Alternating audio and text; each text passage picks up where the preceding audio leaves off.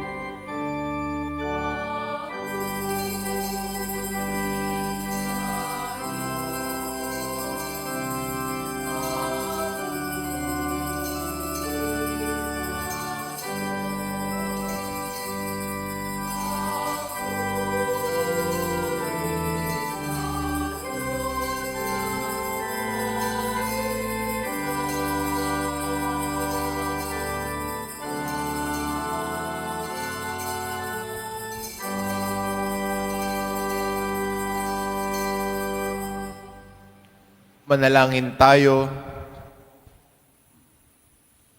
Ama naming makapangyarihan, ipinagkaloob mo ang kagalang-galang at banal na kagalakan ng araw na ito ng dakilang kapistahan ni na San Pedro at San Pablo. Pagbigyan mong masunod ng iyong sambayanan ang sa lahat ng larangan, ang ipinamana ng mga pinagbuhatan ng simula ng relihiyon sa pamamagitan ni Hesukristo kasama ng Espiritu Santo, magpa sa walang hanggan. Amen. Magsiupo munang lahat. Pagbasa mula sa mga gawa ng mga apostol. Noong mga araw na iyon, sinimulang usigin ni Haring Herodes ang ilang kaanib ng simbahan. Pinapugutan niya si Santiagong kapatid ni Juan. Nang makita niyang ito'y ikinalugod ng mga Hudyo, si Pedro naman ang kanyang ipinadakip. Nangyari ito noong pista ng tinapay na walang libadora. Pagkadakip kay Pedro, ito'y ikinulong at pinabantayan sa 4 na pangkat ng tiga-4 na kawal. Ang balak ni Herodes ay iharap siya sa bayan pagkatapos ng pista, kaya't nanatiling nakabilanggo si Pedro. Samantalang siya'y taimtim na pinanalangin ng simbahan. Gabi noon, si Pedro'y natutulog sa pagitan ng 2 kawal. Gapos siya ng 2 tanikala at may mga tanod pa sa harap ng pinto ng bilangguan. Siya'y nakatakdang iharap ni Herodes sa bayan, kinabukasan. Walang ano-ano'y lumitaw ang isang anghel ng Panginoon at nagliwanag ng mabuti sa silid piitan. Tinapik niya sa tagiliran si Pedro at ginising. Bumangon ka, dali, wika ng anghel. Pagdakay nakalag ang mga tanikala sa kanyang mga kamay. Magbigkis ka at magsuot ng panyapak, sabi ng anghel. Gayon nga ang kanyang ginawa. Sinabi pa sa kanya ng anghel, magbalabal ka at sumunod sa akin. Lumabas naman si Pedro at sumunod sa kanya. Ngunit hindi niya alam kung tunay ang nangyayari. Ang akala niya ay nananaginip lamang siya. Nakalampas sila sa una, pangalawang bantay. Nakarating sila sa pintuang bakal ng labasan patungo sa lungsod. Ito'y kusang nabuksan at lumabas sila. Pagkara nila sa isang kalye, biglang nawala ang anghel. Naliwanagan ni Pedro ang nangyari, kaya't sinabi niya, ngayon ko natiyak na totoo palang lahat. Sinugo ng Panginoon ang kanyang anghel at iniligtas ako sa kamay ni Herodes at sa inaasahan ng mga Hudyo na mangyayari sa akin. Ang salita ng Diyos. Salamat sa Diyos. Ang Diyos ang siyang nagligtas sa aking takot at sindak. Ang Diyos ang siyang nagligtas sa aking takot at sindak. Panginooy aking laging pupurihin. Sa pasasalamat di ako titigil. Aking pupurihin kanyang mga gawa. Kayong naaapi, makinig, matuwa. Ang Diyos ang siyang nagligtas sa aking takot at sindak. Ang pagkadakila niya ay ihayag, at ang ngalan niya ay purihin ng lahat. Ang aking dalangin dininig ng Diyos, nawala sa akin ang lahat kong takot. Ang Diyos ang siyang nagligtas sa aking takot at sindak.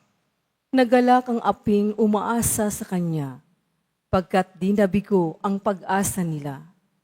Tumatawag sa Diyos ang walang pag-asa, sila'y iniligtas sa hirap at dusa. Ang Diyos ang siyang nagligtas sa aking takot at sindak.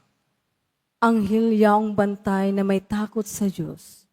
Sa mga panganib sila'y kinukupkup. Ang galing ng puon, hanaping masikap. Yaong nagtiwala sa Kanya at nagligtas, ay may tuturing na taong mapalad. Ang Diyos ang siyang nagligtas sa aking takot at sindak.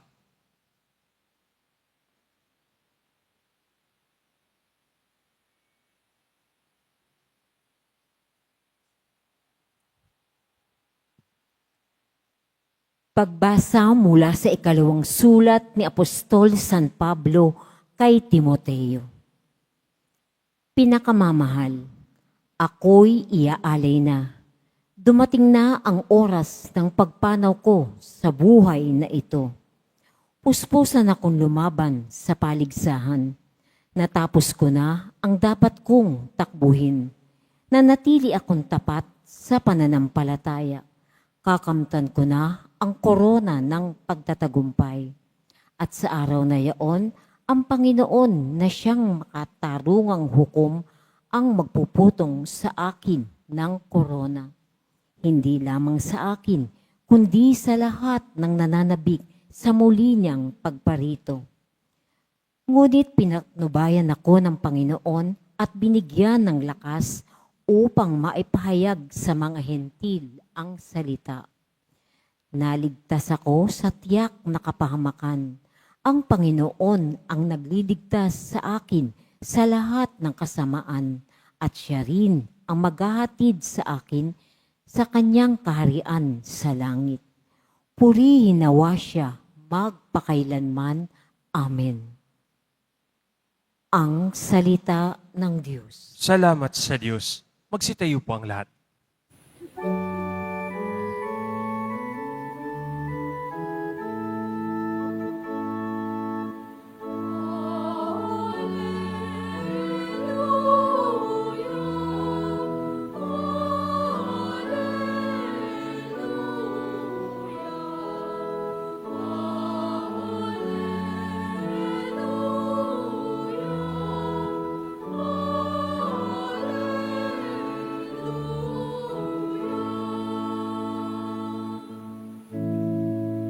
Ikaw, Pedro, ang saligan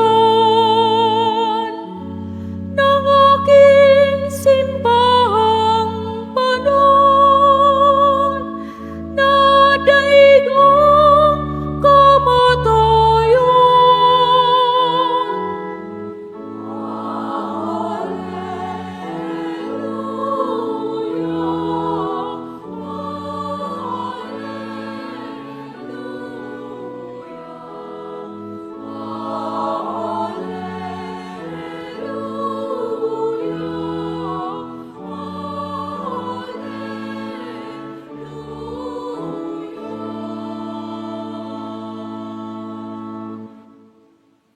Sumainyo ang Panginoon. At sumairin. Ang mabuting balita ng Panginoon ayon kay San Mateo. Papuri sa iyo, Panginoon.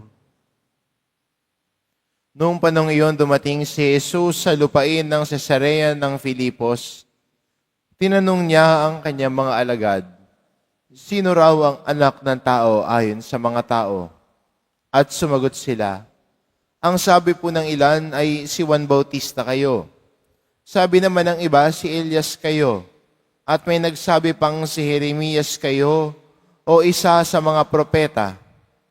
Kayo naman, ano ang sabi ninyo? Sino ako? Tanong niya sa kanila. Sumagot si Simon Pedro, kayo po ang Kristo, ang anak ng Diyos na buhay.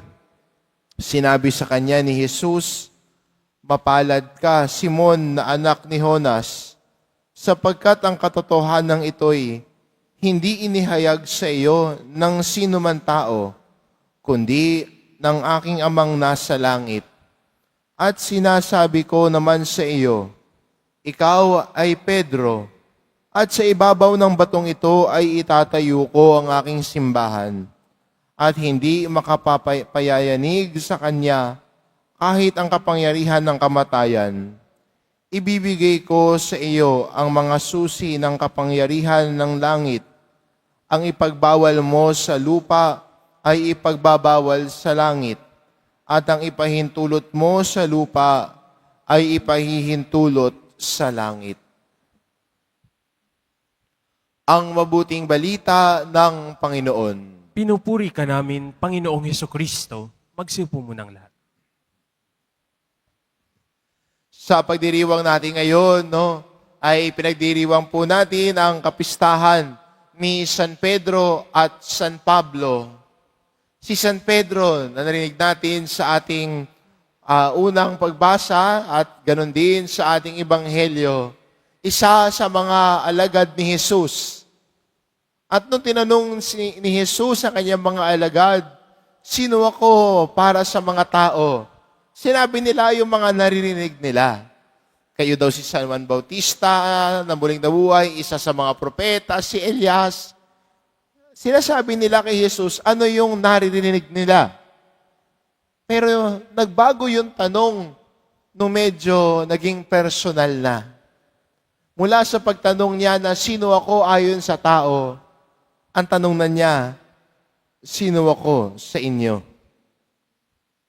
At si Pedro, sinabi niya, kayo, ang Kristo, ang anak ng Diyos na buhay. Sa pagpapahayag ni Pedro na ito, siya ay tinawag ng Diyos na manguna sa mga alagad. Kaya mula sa pagiging, ang pangalan niya ay Simon, naging Pedro ang kanyang pangalan. Si Pedro na tinatawag ng Diyos, kahit alam natin sa kwento ng Ebanghelyo, marami rin siyang kapalpakan. Marami rin siyang kahinaan. Pero sa kabila ng mga kahinaan niya, tinawag pa rin siya ng Diyos. Si San Pablo din naman sa ating ikalawang pagbasa ay sinasabi niya na siya ang pinakahamak sa lahat ng mga naging apostol ni Jesus. Dahil siya ay nagsimula bilang isang taga-usig ng mga Kristiyano. Narinig natin sa unang pagbasa ang panahon ng pag-uusig ng mga unang Kristiyano. At isa si Pablo, na kung tawagin nila ay Saulo, na nungunguna para usigin ang mga Kristiyano. At ang daan niya patungong Damasco para hanapin ang mga sumusunod kay Jesus, nagpakita sa kanya ang isang malaking liwanag na nabulag siya at nahulog sa kabayo. Yung may tinig na nagsabi, Saulo, Saulo, bakit mo ako inuusig? At tinanong niya, sino ho kayo? Ang sagot niya, ako si Jesus, ang iyong inuusig. Nagkaroon siya ng karanasan ng pagbabago mula sa pagiging taga-usig ng mga Kristiyano, siya na ay naging tagapagpahayag ng mabuting balita ni Kristo. Kaya mula sa pangalang Saulo, siya na ay tinawag na Pablo. Magandang kasama natin sa araw na ito, we see the story of imperfect men.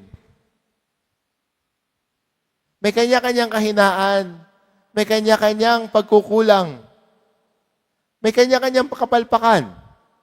Kaya wag mong isipin na pag susunod ka kay Jesus, kailangan maayos ka, kailangan perfect ka, kailangan okay ka na. No.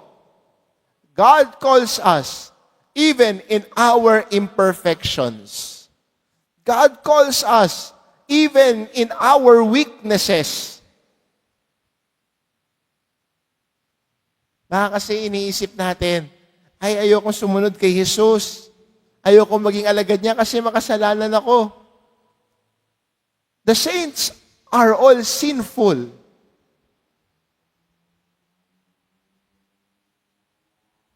Walang santong hindi nagkasala o walang santong hindi makasalanan. Kahit si Pedro at si Pablo ay makasalanan din. Si Pablo nga, pinapakiusap lagi niya sa panalangin na alisin ang tinik sa kanyang lalamunan. Alisin ang tinik sa kanyang katawan, ang kanyang mga kahinaan. Pero sinabi ng Diyos sa kanya, kung saan ka at kailan ka mahina, dun ka nagiging malakas dahil ang grasya ng Diyos ang pumupuno sa iyo. At yun ang tawag sa atin ng Diyos. Mula sa inspirasyon ni San Pedro at San Pablo, oo, may kanya-kanyang kahinaan. Oo, may kanya-kanya ring nakaraan. But God does not look at our past. God looks at our present and wants to journey with us towards our future. Tinatawag tayo ng Diyos sa kabila ng ating mga kahinaan at kapalpakan. Hindi mo kailangan maging perpekto. Hindi mo kailangan na maging tila'y parang hindi makapagbasag pinggan. Pero ang paanyaya ng Diyos sa iyo ngayon, sumunod sa Kanya. Tulad ng pagtawag ni Jesus kay Pedro na sumunod sa Kanya. Kahit si Pedro, nung umpisa, tumanggi. Nung sinabihan siya ni Jesus, sumunod ka sa akin, magiging mamalakaya ka ng tao. Ang sabi ni Pedro sa kanya, lumayo po kayo sa akin, ako yung makasalanang tao. Pero kahit na ganun pa man, tinawag siya ni Jesus na sumunod sa Kanya. Kaya magandang imbitasyon sa atin ni San Pedro at ni San Pablo. At ito ang tawag sa atin ng Poong Nazareno ngayon, na tayo bilang mga nagmamahal at deboto niya, ay tinatawag din niya na sumunod sa Kanya. Sumunod sa Kanyang aral at utos. Sumunod sa Kanyang halimbawa. Sumunod sa Kanyang buhay. At hindi ba ang isang deboto sumusunod sa mga aral at utos ni Jesus? Hindi mo pwedeng paghiwalayin yon. Hindi mo pwedeng paghiwalayin ang pagiging deboto at ang pagiging alagad ni Jesus. Dahil ang isang deboto ay tinatawag na maging alagad ni Jesus. At ang isang alagad ni Jesus, nakikinig sa Kanyang salita, sumusunod sa Kanya. Kaya sana yung maging imbitasyon sa atin ito. Isang magandang paanyaya. Kahit anuman ang nakaraan mo, kahit anuman ang kahinaan at pagkukulang mo, tinatawag ka ng Poong Nazareno, sumunod ka sa akin, sundin mo ang aral at utos ko, mamuhay ka kasama ko. Etong tawag sa atin, etong imbitasyon sa atin, tumugon tayo sa Poong Nazareno. Amen.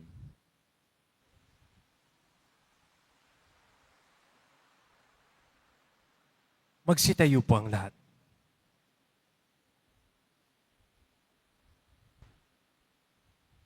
Sumasampalataya ako Sa Diyos namang makapangyarihan sa lahat, na may gawa ng langit at lupa, sumasampalataya ako kay Jesucristo, iisang anak ng Diyos, Panginoon nating lahat.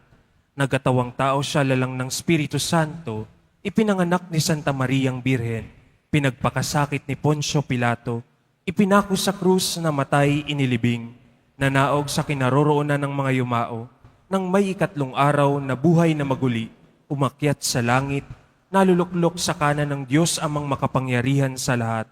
Doon magmumulang paririto at hukom sa nangabubuhay at nangamatay na tao. Sumasampalataya naman ako sa Diyos Espiritu Santo, sa banal na simbahang katolika, sa kasamahan ng mga banal, sa kapatawaran ng mga kasalanan, sa pagkabuhay na muli ng nangamatay na tao, at sa buhay na walang hanggan. Amen. Diyos amang makapangyarihan, Diyos anak ng karunungan, Diyos Espiritu Santo ng pag-ibig, hinihiling namin marapatin mong pakinggan ang aming pangako ng katapatan. Kami ang iyong mga anak na matibay na sumasampalataya sa iyong pagka-Diyos at walang hanggang pagpapala. Tinubos ng dugo ng iyong anak, binubuhay ng yumayapos na biyaya ng walang hanggang pag-ibig, at pinananatili sa mundo sa pamamagitan ng makapangyarihang pamamagitan ni Maria, aming Reyna at Ina. Papuri sa iyo, O Diyos, papuri sa iyo, O Banal na Santatlo. Christus vincit, Christus regnat, Christus, Christus imperat. Sa pinakamataas na tagapamuno ng simbahan, matapang na tagapamuno ng mga bansa, ang pagsasabuhay ng diwa ng ikalawang Konsilyo Vatikano at tagapagtaguyod ng dangal ng banal na pagkapari. Sa iyo, Papa Leon, ipinapangako namin ang aming pagkamasunurin.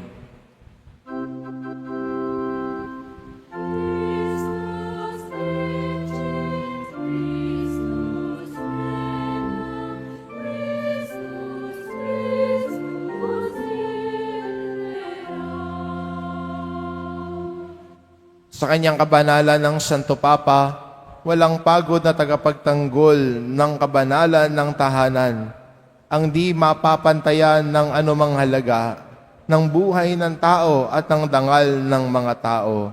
Sa iyo, Papa Leon, ipinapangako namin ang aming pag-asa.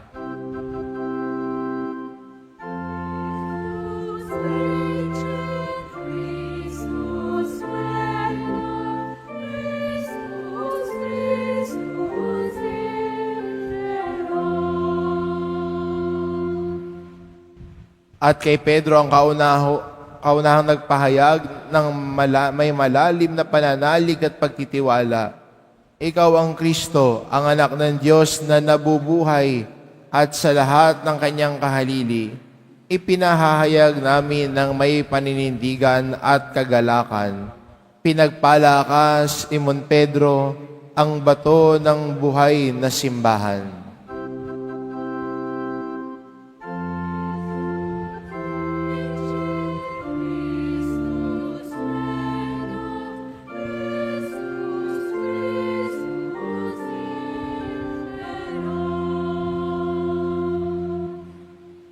Kay Leon, aming Santo Papa, ang kahalili ni Kristo sa lupa, ang nariritong ulo ng simbahan, dalubhas at guro ng lahat ng mananampalataya, tagapagbantay ng tradisyon ng mga apostol.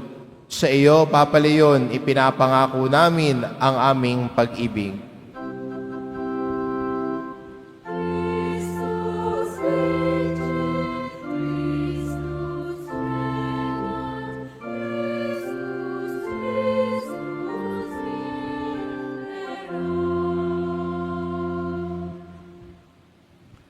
Sana mamalas na tagapanguna ng buong kakristyanuhan, di matitinag na tagapagturo, tagapamuno at ama ng lahat ng mananampalataya, matatag sa katotohanan ng loob sa gitna ng panganib, at pinakamaasahang tagapagdala ng liwanag sa kaluluwa at kaaliwan.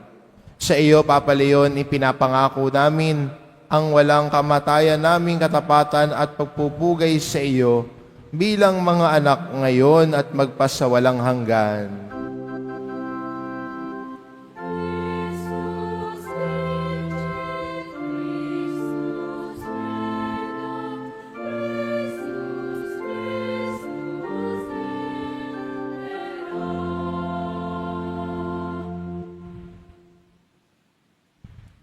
Halina't manalangin tayo sa Ama upang patuloy niyang gabayan ang kanyang bayan sa tulong ng panalangin ng mga apostol at pagpupunyagi ng kanilang mga kahalili.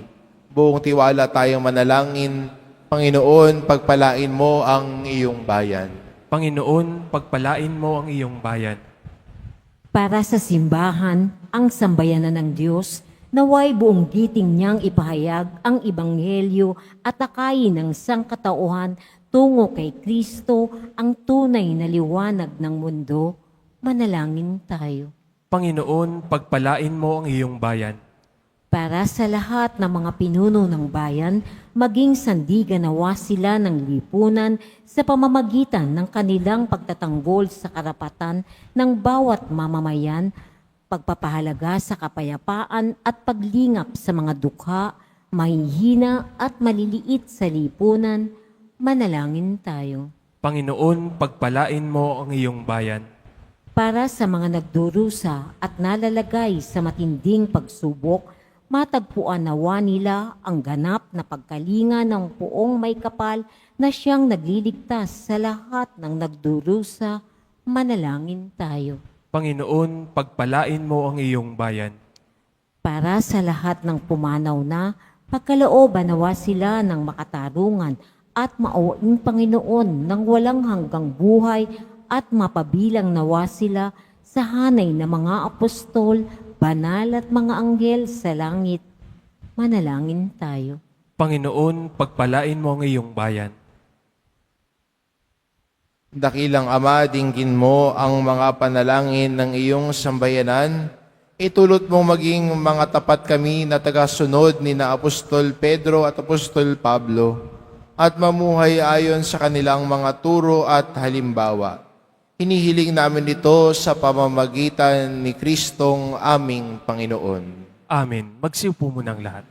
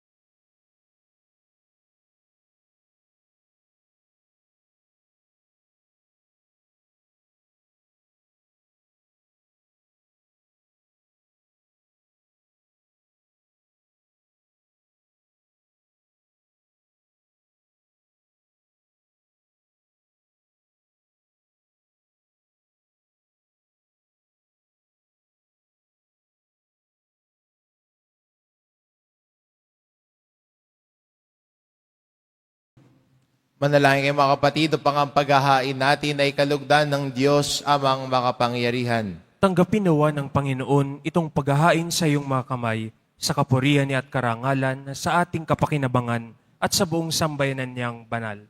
Ama naming lumikha, ang mga alay na aming inihahandog para sambahin ang ngalan mo, ay patnubayan nawa ng panalangin ng mga apostol na magharap din nawa sa amin bilang mga nakatalaga sa iyo para ipagdiwang ang paghahaing ito sa pamamagitan ni Hesukristo kasama ng Espiritu Santo magpa sa walang hanggan. Amen.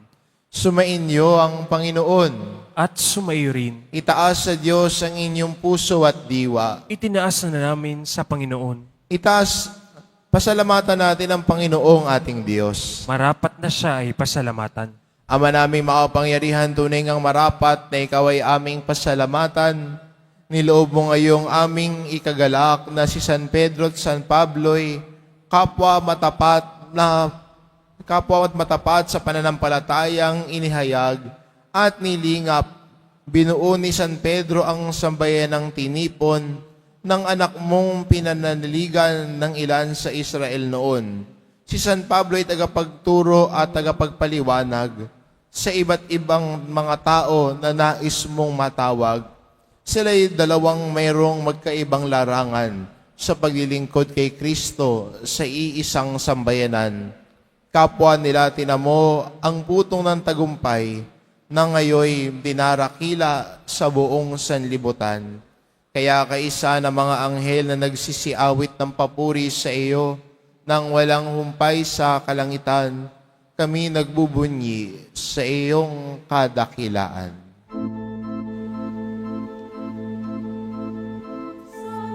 Santo, Santo, Panginoong Diyos ng mga hukbo, napupuno ang langit at lupa ng kadakilaan mo.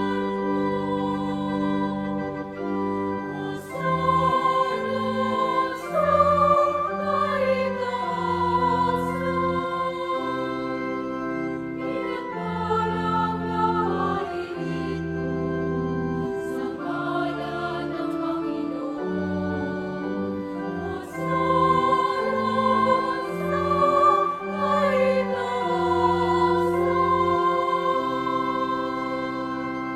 Magsilud po ang lahat. Ama naming banal, ikaw ang bukal ng tanang kabanalan, kaya't sa pamamagitan ng iyong Espiritu, gawin mong banal ang kaloob na ito, upang para sa amin maging katawan at dugo ng aming Panginoong Hesukristo. Bago niya pinagtiis ang kusang loob na maging handog, hinawakan niya ang tinapay, pinasalamatan kanya, pinagati-hati niya iyon, iniabot sa kanyang mga alagad at sinabi, tanggapin ninyong lahat ito at kanin, ito ang aking katawan na ihahandog para sa inyo.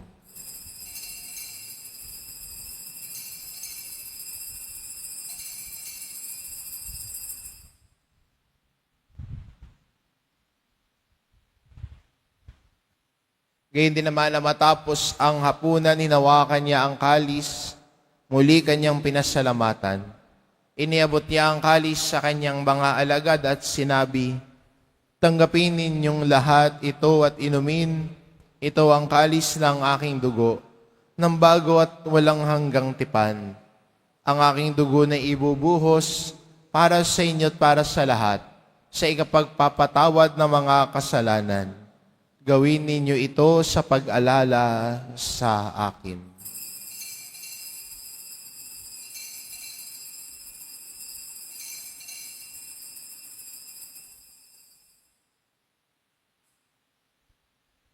Magsitayo po ang lahat. Ipagbunyi natin ang misteryo ng pananampalataya. Si Kristo'y namatay, si Kristo'y nabuhay, si Kristo'y babalik sa wakas ng panahon. Ama, ginagawa namin ngayon ang pag-alala sa pagkamatay at muling pagkabuhay ng iyong anak. Kaya't inaalay namin sa iyon tinapay na nagbibigay buhay at ang kalis na nagkakaloob ng kaligtasan. Kaming nagpapasalamat dahil kami iyong minarapat na tumayo sa harap mo para maglingkod sa iyo. Isinasamo namin kaming magsasalo-salo sa katawan at dugo ni Kristo ay mabuklod sa pagkakaisa sa pamamagitan ng Espiritu Santo. Ama, lingapin mo ang iyong simbahang laganap sa buong daigdig. Puspusin mo kami sa pag-ibig, kaisa ni Leon na aming Papa at ni Jose na aming Obispo at ng Tanang Kaparian. Alalahanin mo rin ang mga kapatid naming nahimlay na may pag-asang sila'y muling mabubuhay, gayon din ng lahat ng mga pumanaw. Kaawaan mo sila at patuloyin sa iyong kalibanagan. Kaawaan mo at pagindapatin kaming lahat na makasalo sa iyong buhay na walang wakas. Kaisa na mahal na Birheng Maria na ina ng Diyos, ng kabiyak ng puso niyang si San Jose, kaisa ng mga apostol at ng lahat ng mga banal na namuhay dito sa daigdig ng kalugod-lugod sa iyo. Maipagdiwang nawa namin ang pagpupuri sa ikararangal mo sa pamamagitan ng iyong anak na aming Panginoong Hesukristo. Sa pamamagitan ni Kristo, kasama niya at sa Kanya ang lahat ng parangal at papuri ay sa iyo, Diyos amang makapangyarihan, kasama ng Espiritu Santo, magpa sa walang hanggan.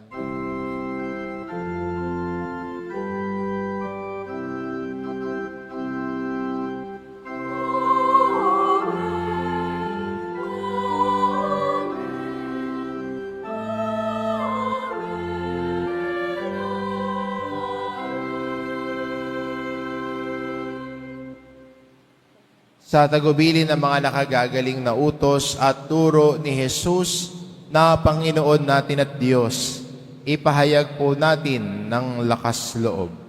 Ama namin, sumasalangit ka, sambahin ang ngalan mo, mapasa amin ang kaharian mo, sundin ang loob mo dito sa lupa para ng sa langit. Bigyan mo kami ngayon ng aming kakanin sa araw-araw at patawarin mo kami sa aming mga sala para ng pagpapatawad namin sa nagkakasala sa amin, at huwag mo kaming ipahintulot sa tukso, at iadya mo kami sa lahat ng masama. Hinihiling namin kami adya sa lahat na masama pagkalooban ng kapayapaan araw-araw, iligtas sa kasalanan at ilayo sa lahat ng kapahamakan. samantalang aming pinananabikan ang dakilang araw ng pagpapahayag ng tagapagligtas naming si Hesu Kristo. Sapagkat iyo ang kaharian at ang kapangyarihan at ang kapurihan magpakailanman. Amen. Panginoong Kristo, sinabi mo sa iyong mga apostol, kapayapaan ang iniiwan ko sa inyo, ang aking kapayapaan ang ibinibigay ko sa inyo. Tunghayan mo ang aming pananampalataya at huwag ang aming pagkakasala. Pagkalooban mo kami ng kapayapaan at pagkakaisa, ayon sa iyong kalooban kasama ng Espiritu Santo, magpa sa walang hanggan. Amen. Ang kapayapaan ng Panginoon ay laging sumainyo. At sumayo rin. Magbigayan kayo ng kapayapaan sa isa't isa. Kordero ng Diyos, na nag-aalis ang mga kasalanan ng sanlibutan, maawa ka sa amin. Kordero ng Diyos na nag-aalis ng mga kasalanan ng sanlibutan, maawa ka sa amin. Kordero ng Diyos na nag-aalis ng mga kasalanan ng sanlibutan, ipagkaloob mo sa amin ang kapayapaan. Magsilhod po ang lahat.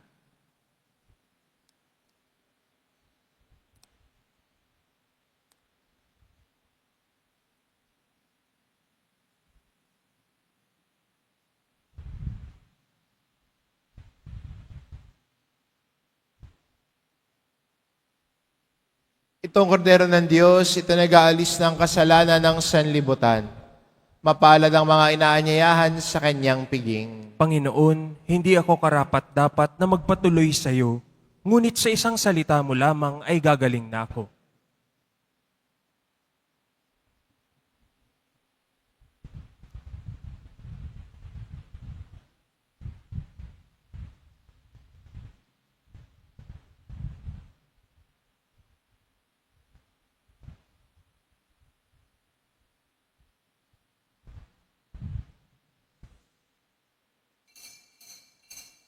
Para sa lahat ng tatanggap ng banal na komunyon, sasagot po tayo ng amin pagkasabi ng pareo ng lay minister ng katawan ni Kristo at isubo agad sa bibig bago umalis sa harapan ng pari o lay minister.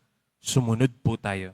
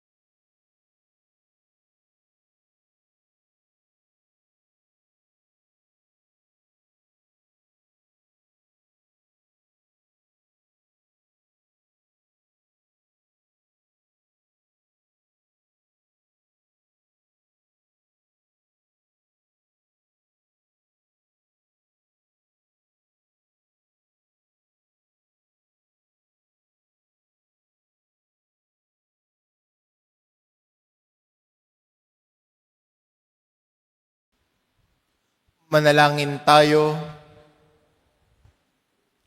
Ama namin mapagmahal, kaming pinapagsalo mo sa banal na pakikinabang ay makapamuhay nawa bilang iyong sambayanang nananatili sa itinuro ng mga apostol sa paghahati-hati ng tinapay, nagkakaisa ng damdamit isipan at pinatatatag ng iyong pagmamahal sa pamamagitan ni Hesukristo kasama ng Espiritu Santo, magpa sa walang hanggan. Amen. Sumainyo ang Panginoon. At sumayo rin. Mahal na pong Isus Nazareno, inihayag mo sa pamamagitan ng krus ang walang maliw na pag-iibig ng Diyos sa sangkatauhan. Pakinggan mo ang kahilingan lalo na para sa mga nangangailangan ng iyong tulong at awa. Makamtanawa namin ang iyong kasagutan na may utang na loob na tinatanaw. Basbasan din po ninyo ito mga imahin at dasalan upang lalo kaming manalangin at magtiwala. Sa pamamagitan ng bendisyon na ito, naway lalo kaming maging mapaglingkod, masunurin at tapat sa iyo na aming maluwalhating Panginoon, magpa sa walang hanggan. Amen. At pagpalain kayo ng ating mapagmahal na Diyos, ang Ama at ang Anak at ng Espiritu Santo. Amen. Humayo kayo, taglay ang kapayapaan ng poong Jesus Nazareno. Salamat sa Diyos.